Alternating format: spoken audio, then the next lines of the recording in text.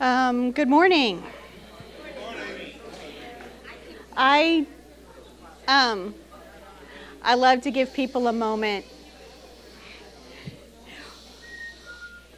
I don't have a big singing bowl. I forgot to bring that. So what I was going to do is just go ding, but it's really not as pretty as the bowl.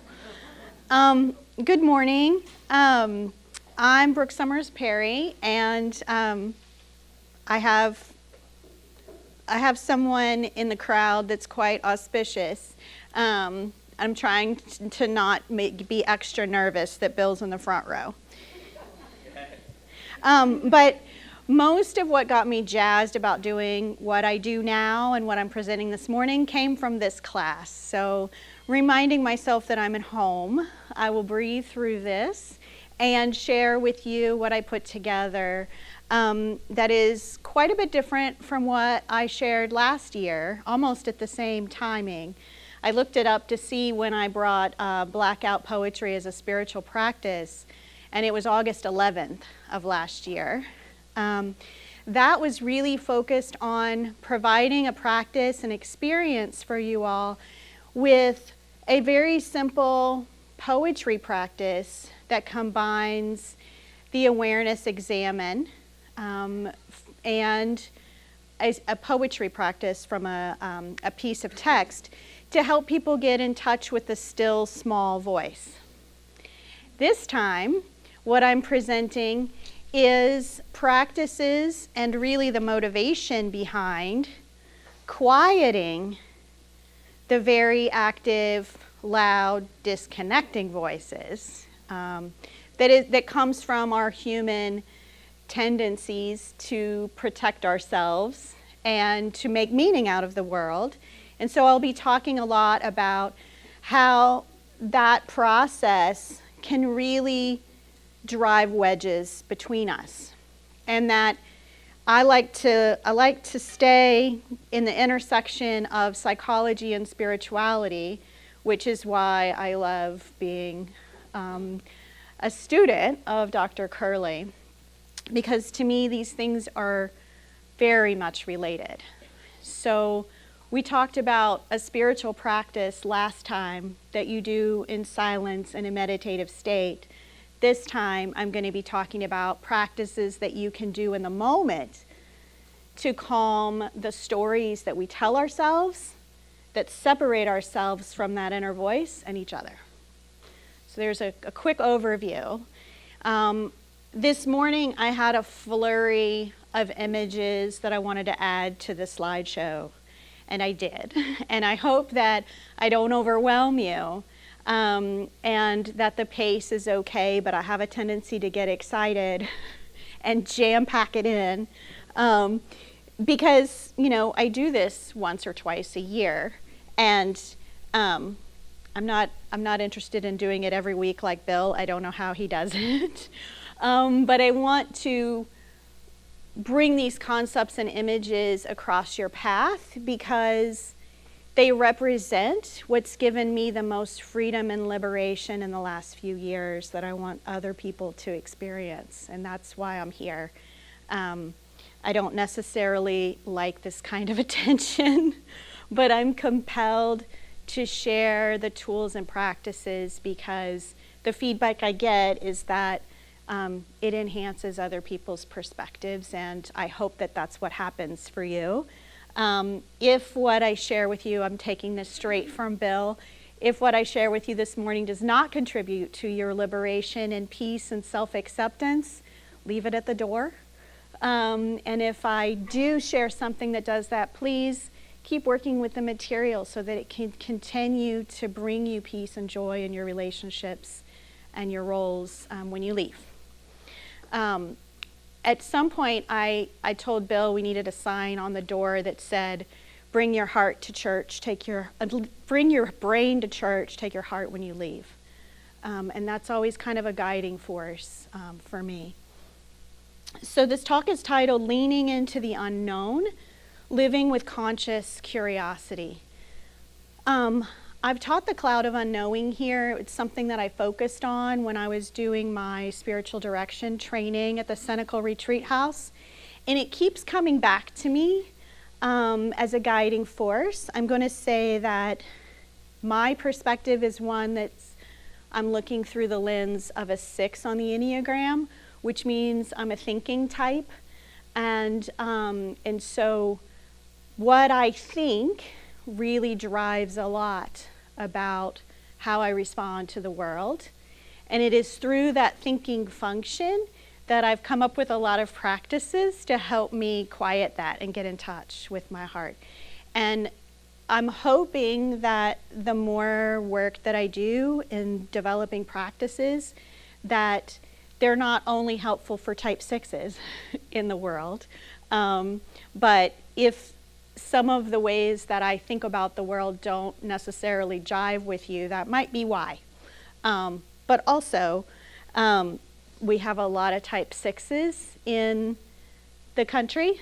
It's kind of maybe our national type that are fear-driven and use that thinking function to really fuel up our coping mechanisms, which also, I think, contributes to our isolation, and more of what I'll talk about today. So if you're not a type 6, it might help you understand type 6s a little better. Okay. I'm just going to do a couple of promotional announcements here at the beginning. I'm currently acting as the director of curriculum at the Jung Center.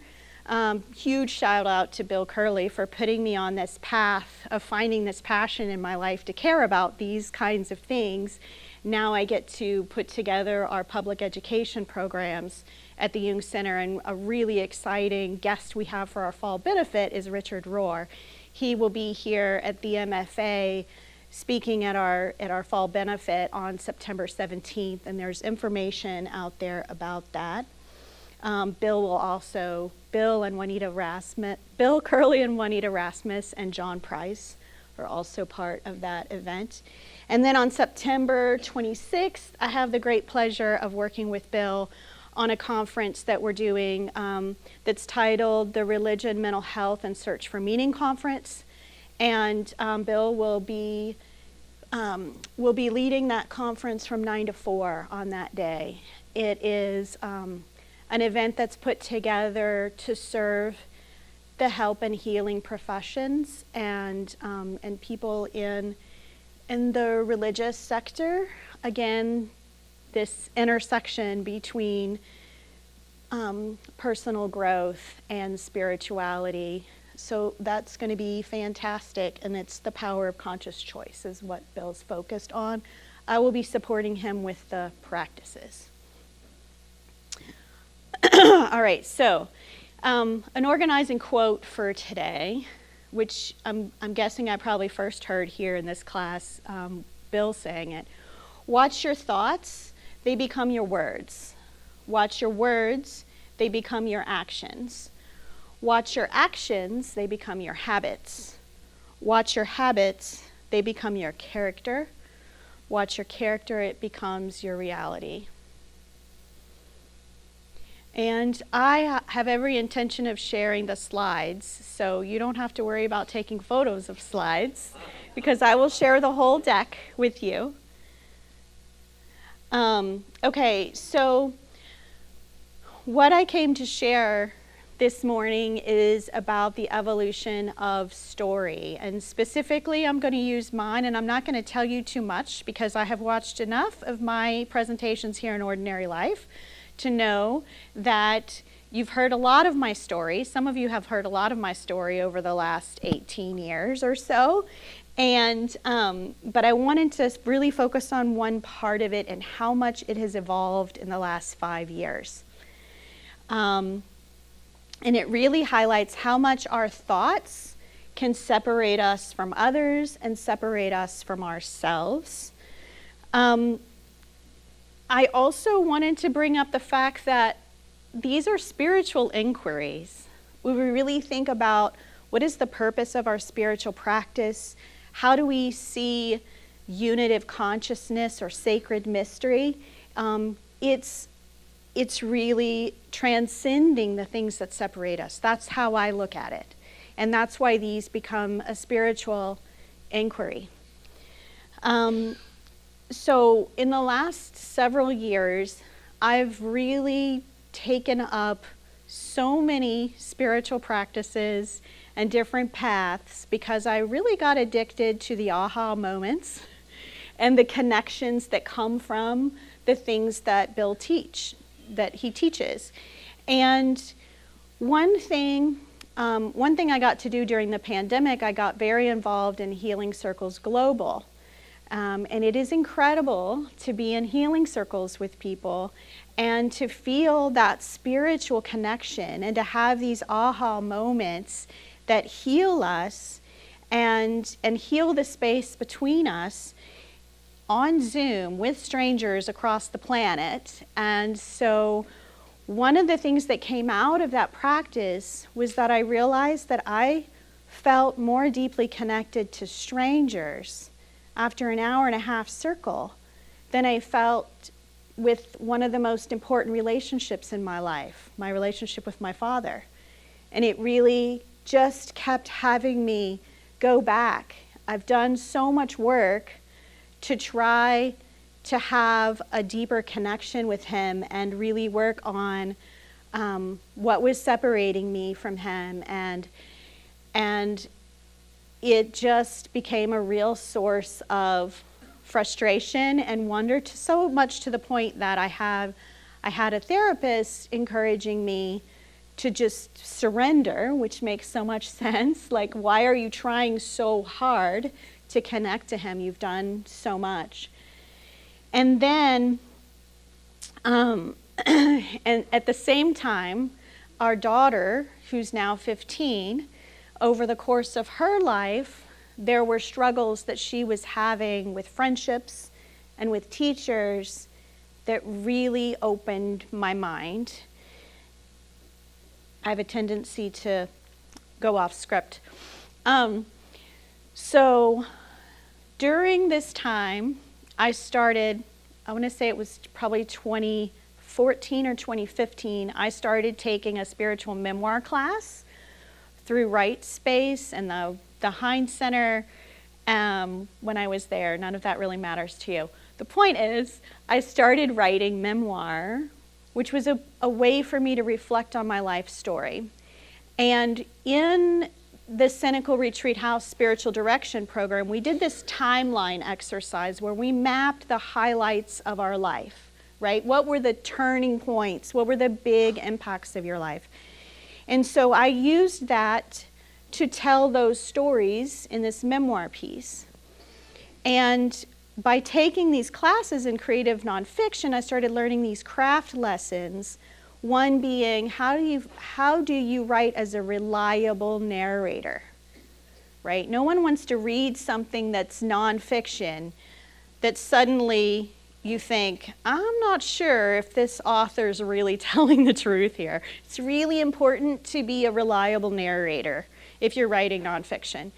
Also, there's this trick of writing when you show, don't tell. So you want to give people the facts as they roll out without your evaluation and interpretation and telling them what it means. You want to let the reader determine for themselves, what does all this data mean, right? What do these circumstances really imply? I don't want an author to tell me how to think about the things that are happening. I want to do that for myself.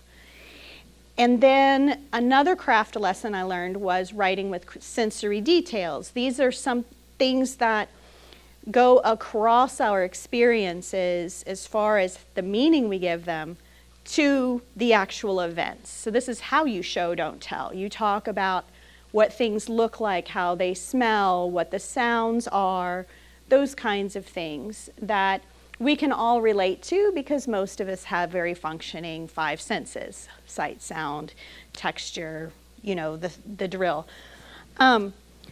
So what I started realizing is that these things were very much in line with what I was teaching with nonviolent communication. The very first step of that is observation without evaluation.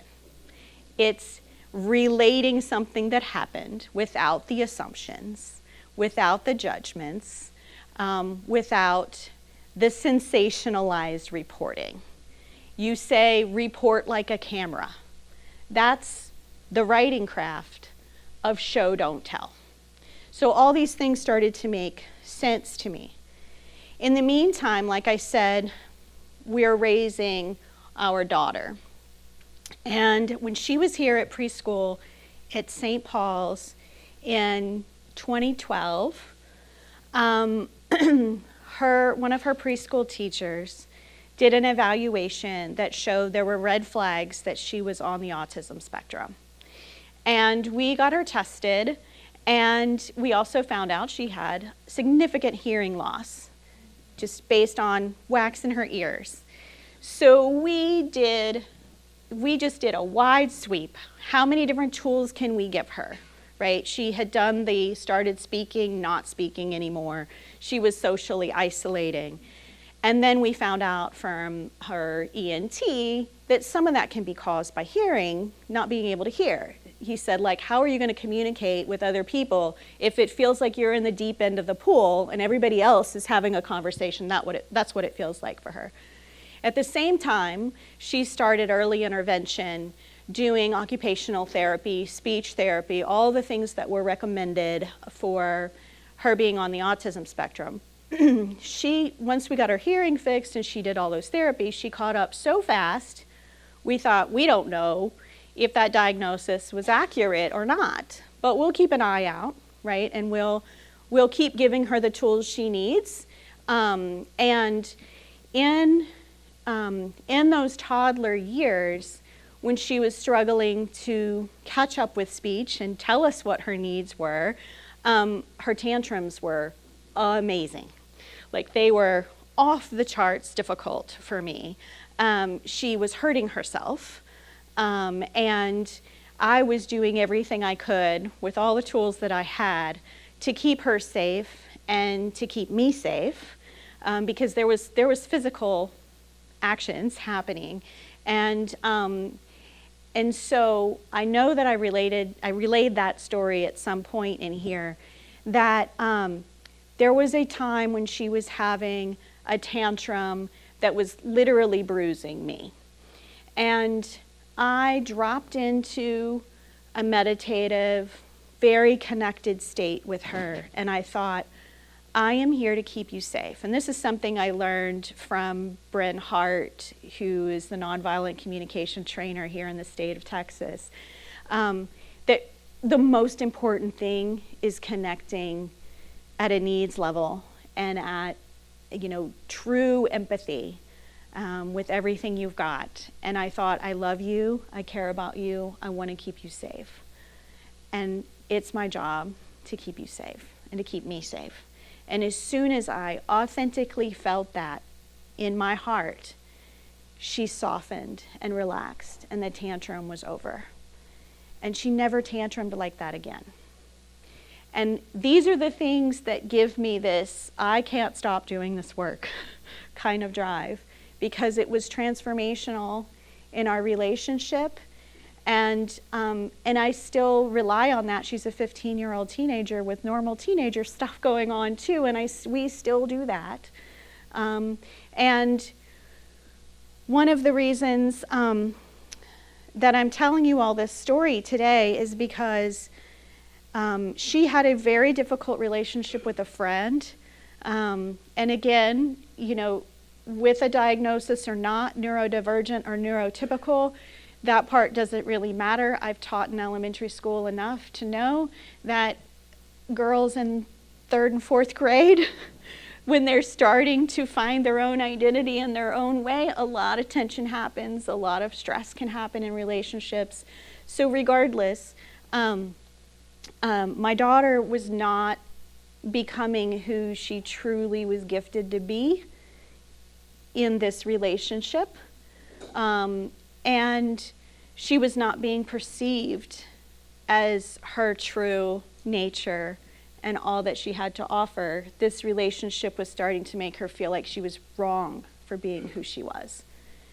Then she went to middle school, and she had teachers who saw her not wanting to make eye contact, wanting to keep wearing the COVID mask, to be guarded and protected in this new environment that's super intense with sensory data, too loud, too emotional.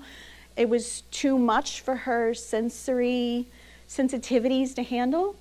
And so her defense mechanisms made her teacher, this one particular teacher, decide that she was a punk. And that influenced the way that he treated her, and it influenced the perception she was having of herself based on this friendship. And it was devastating. And it woke me up as her advocate. And so I won't go into too much detail, but I pulled her out of the school system and we did some unlearning. We spent a period of time where she was not in an educational setting and she could find herself. And this all sounds beautiful and wrapped up, but I will tell you at the time it was a messy, what the heck am I doing kind of situation. But then in the school that we ended up putting her in, she was among other kids who needed this same kind of, let's put mental health first. Let's put finding your unique style of learning and interest and turn that light back on so that you're internally motivated. So this was the focus of the school. And we'll follow up with education once you feel safe and secure and interested in learning. And that was miraculous. What she discovered is that her creativity is really, it's remarkable, both in visual arts and in music. And she performs music now on the electric guitar and the drums, and it's just been an incredible, her coming into her own. How this transformed, and I alluded it to in the preview, how this transformed me in my own life is that the way that she was appearing to her teacher and with this friend in this really difficult time, I recognized that this was the way I was treating and viewing my own father. I had villainized my father for his emotional reactions and his defense mechanisms. And that all the separation that I had written about in my memoir piece, what would that look like if I considered that he was on the spectrum? And that it wasn't that I was never good enough for him to connect with. It was that he wasn't able to connect with me in the way that I expected him to, in the cultural conditioning of these father-daughter relationships that I expected. And I was responding to him as if he wasn't seeing me as good enough. And I had done this arc of, if I am good enough, right, to like enough spiritual practice here and enough self-discovery to go, I am good enough. But then, what if I meet him where he is? What if I meet him where he is like I meet my daughter where she is? And over the past couple of years, since I've had that realization, my father had a really difficult health crisis about a year ago. And I was able to, actually I'm going to skip back a year before that. My daughter and I took a 7-week trip with my mom, road tripping around, and we got to go see my dad and his wife, and we had been almost estranged, like maybe a phone call every 2 years or so. And so we went and had lunch with my dad and his wife, my daughter and I, and we have lunch, and they're sitting on the other side of the table, and his wife and I are doing everything we can to pull a conversation out of them. And it was so, oh my gosh, to me, because all we could get was a yes or a no. And we were trying every topic and everything. And as my daughter and I walked to the car, she says to me, he's where I get my autism from, right? And I had not told her what I was discovering. And then a year after that, he had a significant health crisis. And with this new information, I should say with this less information, with me not making all these judgments and putting these assumptions on top of him, without all of that, I realized a phone call is not how we connect. I've lived across the country from him for 30 some years, and we've almost completely lost touch because phone calls rely on verbal communication. That's the hardest way for him to connect. And so when I found out that he was not eating and that his health was declining very rapidly, I bought a ticket and I went there. And I told myself, I did so much reflective writing on the plane, preparing myself. And then when I got there, mind you, well, you can probably imagine, because you've probably heard enough about different people and how autism shows up, but I had not had the physical, nurturing kind of relationship that I sought. But I went in there with the same attitude I had with my daughter when she was tantruming, and I thought, I'm just going to be here. I'm going to love him. I don't even have to say the words. I'm just going to be with him and sense into the love that I have for him. And I went over to his bedside, and I leaned down to say hi, and he reached up and grabbed me and kissed me on the cheek.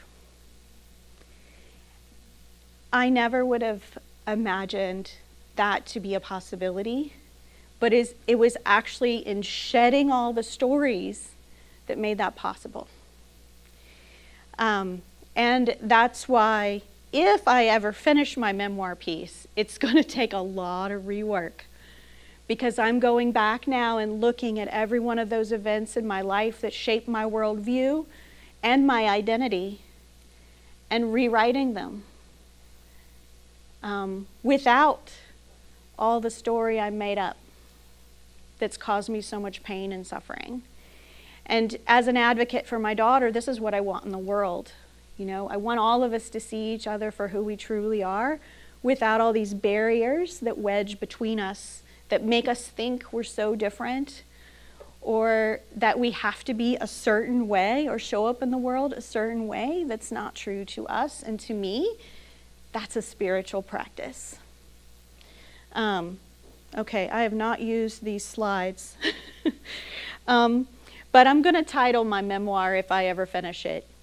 It may just be like an epic journal entry, but it's titled Becoming Nonfiction, Consciously Repairing a Life Fractured by Fiction. And I think that's the world we're living in now. We're fractured by fiction. And there's a whole lot of sensational storytelling that's coming between us. And then this is how I'm representing the way that we see the world as a series of lenses. And this is my hypothesis that's based on integrating a lot of things from different psychologists and spiritual teachers. So again, if any of this is not true, please forget it before you leave the door. But this is how I organize my thoughts. Again, I'm a thinker. And I'm actually exploring the possibility that autism and ADHD did not skip a generation, and that my hyperfixation may be these practices.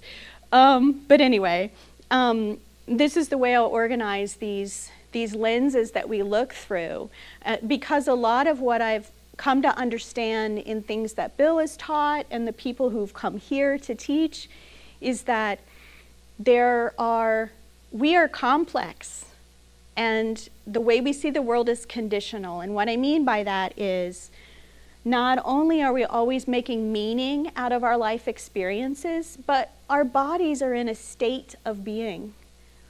We are either well rested and well fed, or not. Like, there's various degrees of what state we're in, mentally, emotionally, physically, and spiritually. And that state of being contributes to the way we see what's going on around us, right? So there's our thoughts, there's our state, and then there's our orientation, which I say is like our personality types, what motivates us, what our core values are that's linked to that. And that these three lenses are always changing. We're not stagnant being, we're always influenced. And our life experiences are constantly contributing to the way that we perceive the world.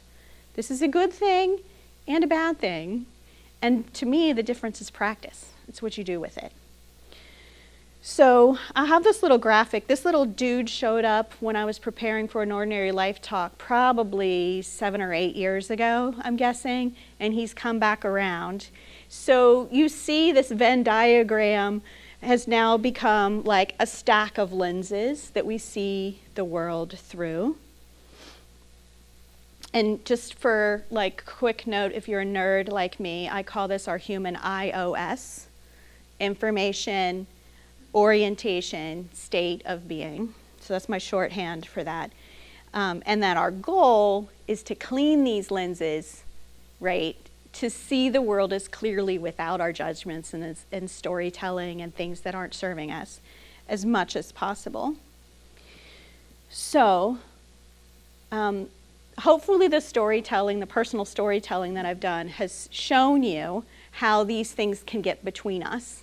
If we each have these different ways we interpret the world, we have our lenses between us, right?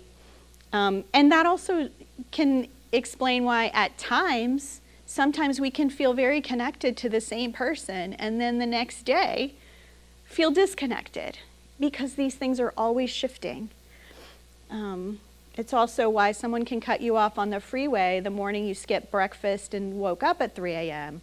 It was a very different experience than having that happen when you've had a great night's sleep and you had a Whole Foods breakfast and other factors. So to me, this is what having a spiritual connection with another person feels like. This is what it feels like when I had this experience with my daughter, when I had this experience with my dad, when I taught creative writing at a cancer hospital with pediatric patients, and we did this deep work to be with each other in the moment. It felt like this. To me, this is what it feels like when a crisis happens, or you get hit by the cosmic 2x4, and your world gets flipped upside down, and the stories and the meaning don't make sense anymore, and you're left with being unguarded. But you have this deep connection with another in that crisis, right? This is like being with your neighbor after a tree almost hit her house. And you hadn't really talked before, but all of a sudden you're like deeply neighbors, right? This is what it looks like in my mind when those experiences happen. This is what it feels like when I do healing circles with someone in Vietnam who, by the way, becomes a really close friend of mine, right? But it started with, during the pandemic, we had less use for all those lenses and filters and stories between us, and this longing to have this kind of connection. I'm also proposing that we're fractured by fiction with the stories we put our energy into about the political divide. These are wedges that are feeding those stories and the meaning that we're giving them about the separations. And those can be also the family story about the black sheep, or whatever those stories we give over time, we give them meaning. And without questioning, they grow. And they wedge even harder. Like my story about my dad and my relationship. Our temptation is to focus on what are they going to do about it. That is such a human temptation. What are they going to do to show me differently? When in reality, what we have control over, what are we going to do? What am I going to do to test my own attachments to the way I see the world, the other. That's where our power lies. We want to think that the other people have work to do, but our power lies in what we are going to do about it. We think that if they would just drop their guard and drop their story, we would connect. But we still have ours, and we may not even notice. So to me, the work is on clearing our own lenses. It's on fact-checking our stories. It's on fact-checking the stories we're feeding ourselves through the media, through our culture, right? And it's really difficult to bring your guard down in a world that's so isolating and dividing. But it feels to me like the more we divide and the more we tell these strong, sensational stories, the more it's necessary for us to do this work, if we ever want to bring back that connection. And like I said, it's in the unknowing, it's in the letting go, it's the surrendering of the certainty that we get there. I think I've used this quote in every talk I've given in Ordinary Life since I discovered it, and I will continue to do so. And I still don't know who said it. I'm going to lean on Albert Einstein because he probably said it before Yogi Berra, but it's contributed to either one of them.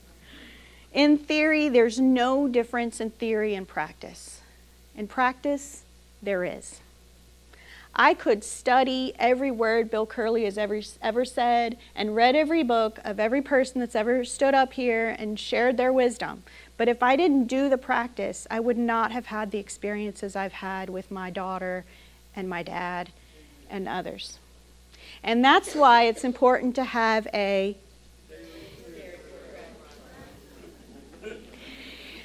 So when I started looking at this in the preparation of this talk, I started realizing that the practices that I'm so jazzed about map to these different filters. There are personal growth practices that help us understand what's driving the core beliefs and the meaning making and the way that we're interpreting our life experiences. Those are reflective practices. They're using memoir writing as a spiritual practice, that kind of journaling, reflective practice. The orientation, motivation, understanding your values and your perspective from a personality type. Those are practices, understanding your Enneagram type and what your triggers and tendencies are so that you can dismantle and free yourselves from the traps there. Those are self-aware. I'm calling them self-awareness practices. And then there's self-care that help that state of being part of your lens, right? Like you can eat healthier, you can do yoga. But to me, this helps me understand that you're not going to yoga your way into having a better relationship with your dad, right? Like that's a very important part of it, but it's not all of it. It's all of these things together that help you see the world differently. And an invitation moment by moment to open up to other possibilities. Also, just highlighting, there are a lot of practices now, thank heavens, available to us where we can experience this. Healing circles, restorative practices, nonviolent communication, empathy circles. To me, this is where the magic is happening. And that's what actually gave me the discipline and the passion to do the practices to make that happen outside of those spaces. I kind of had to get addicted to this first to be driven to do the work so that I could have this experience in my daily life as much as possible. I've also used the quote that's attributed to Viktor Frankl, but a Viktor Frankl expert I know, Michael Winter, says that this is not something Viktor Frankl would have said, and I don't know who to attribute it to. But here it is. Between stimulus and response, there's a space. And that space is our ability to choose. In our choice lies our growth and our freedom. It is another way, I think, of stating the quote by Lao Tzu, right? Your thoughts become your words. It's very much like that. If you've attended some of my presentations in the past, you've probably seen this illustrated as a flow chart. And I talked about how if the stimulus is someone cutting you off on the freeway, you have the choice whether you realize it or not to respond with kindness or not, right?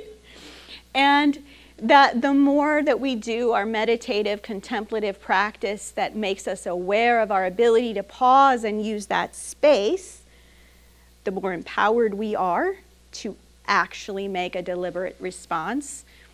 The way that I've presented this in the past talks about if you get attuned and aligned with your underlying values that you want in that moment when you get cut off, and you say, I really value safety and respect and being seen, if you take that time during that space, it is very difficult for you to take away someone else's respect, safety, and being seen.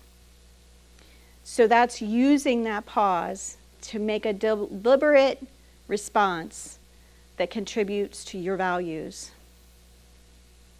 by respecting also that other people have the same, right?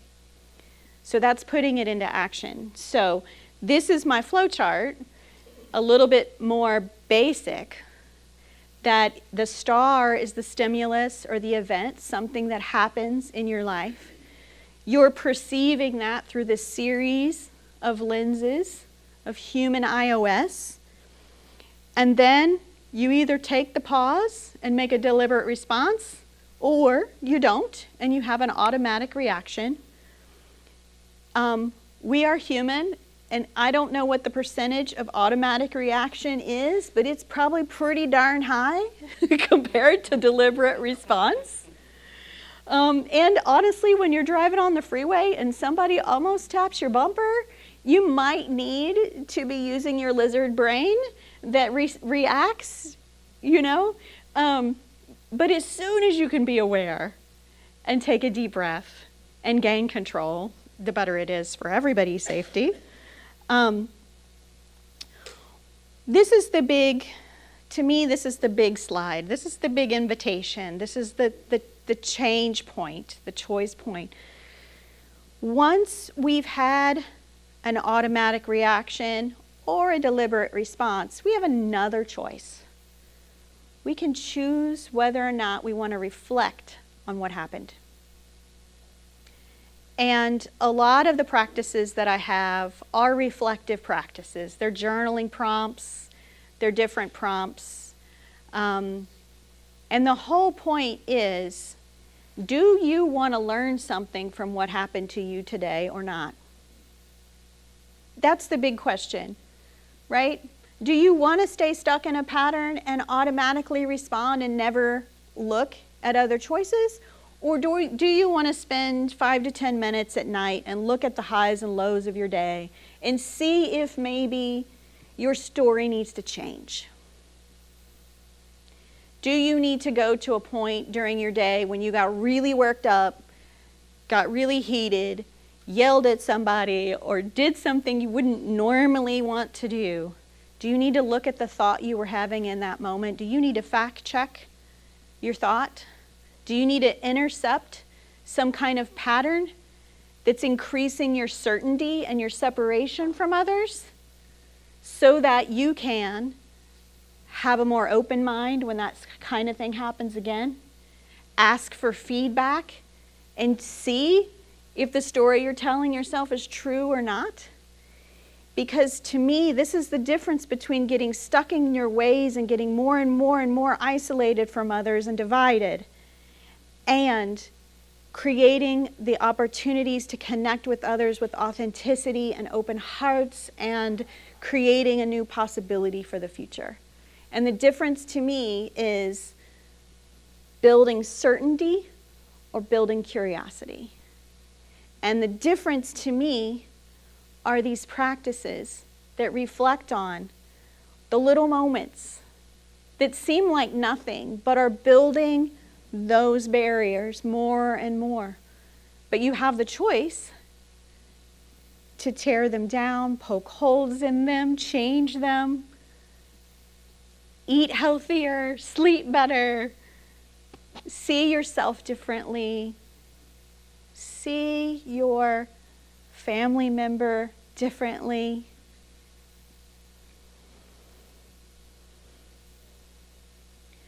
So here's one of the simplest practices. I've probably led this one in here before, and I probably told you don't pick something big. Tackle something small. But a moment in your life where you've been triggered or you feel disconnected, catch the thought you're having in that moment. And if I were to give a bibliography on anything, I would give it on this one, and it would be about this long, because most of the spiritual teachers that I've done a deep dive with, or people in personal development, they have a version of this practice. It's so out there, thank heavens, right now. But I'm going to list some. Brene Brown, Cindy Wigglesworth, Robert Gonzalez. I just heard of another one last week, and they even name it, I'm telling myself, practice. So try to hold on to that and notice it when you hear it coming up. Here's the way that I invite people to do it. When you notice that something's upset you or you feel disconnected, write down the thought you're having in that moment. It might have an assumption or a judgment. It may even give you a clue to some core belief that you have or a limiting belief that you have. And there's some really good fodder to use in therapy or spiritual direction when you find those nuggets.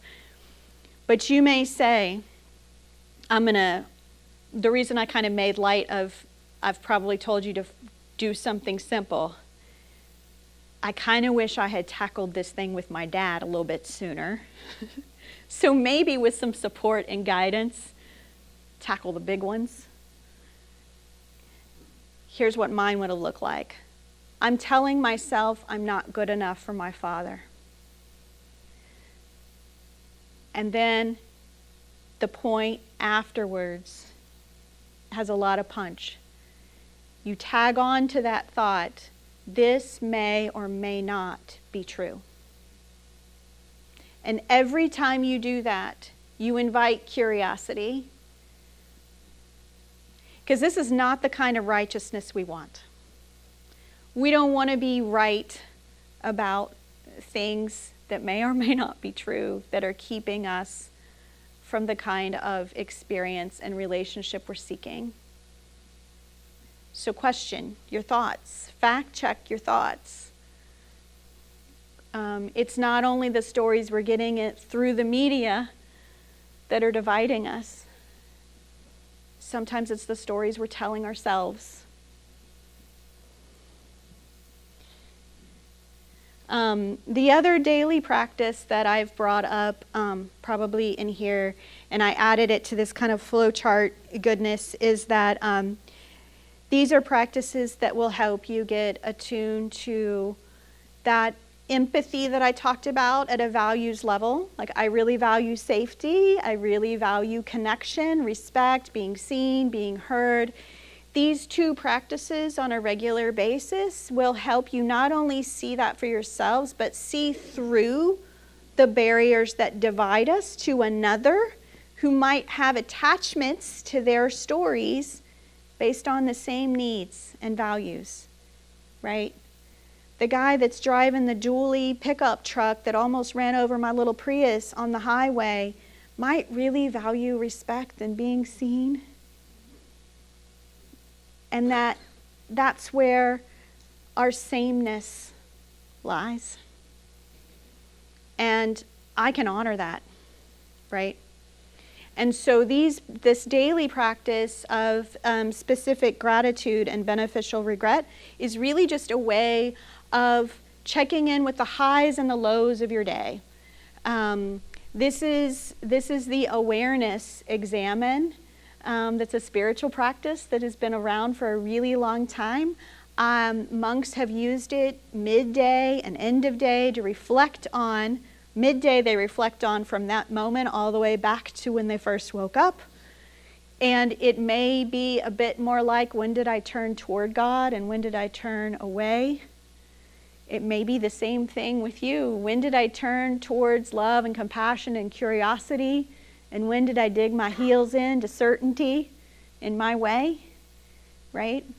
And then the way that I do these is to take it one step further and understand the values underneath your actions and your choices and your reactions, because that will lead you to a different way. If I really want safety and being seen and trust and respect on the freeway, my choice will look very different, right? If I want a deeply connecting relationship with my Father in the realm of possibility, I can understand the values that I'm trying to meet, and I can use different ways of getting there. And being able to see the choices we make every day and why we're making it gives us the information we need to change and make it better, and feed curiosity and feed connection and feed possibility. So what this looks like is your lows, your regrets from a day might look like when I always use this example because it was so poignant in my life. When my son, who's now 25, was a teenager,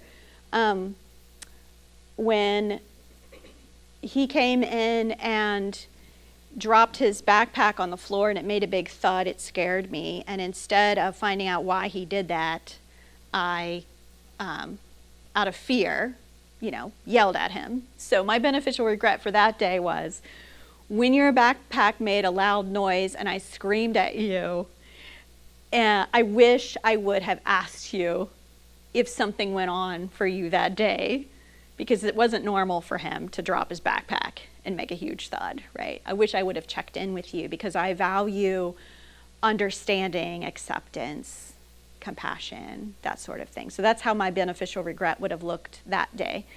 For specific gratitude, I use this one quite often with our kids. When you took your dishes to the sink and rinsed them off and put them into the dishwasher, it met my need for support and ease and respect and understanding. And that one paid off in spades, because our kids were motivated to meet our needs and they had specific actions they could take. So I even heard one son tell the other, Mom loves ease and support. Let's pick up our mess. And my mom was like, what are you doing with these kids? But every time you have that reflective exercise, you're role-playing how you want to show up again. Whether it's beneficial regret, where you say, I wish I would have, blah, blah, blah, you're role-playing being that way the next time. If it's specific gratitude, you're opening that same door again because it worked, right? So that's my presentation for today.